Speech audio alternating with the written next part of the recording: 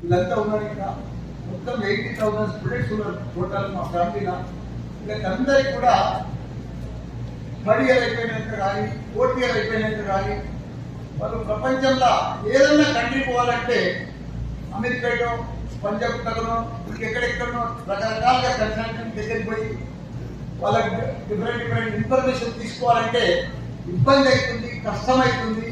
కొందరు మధ్యవర్తులతో కూడా నష్టపోతున్నారు.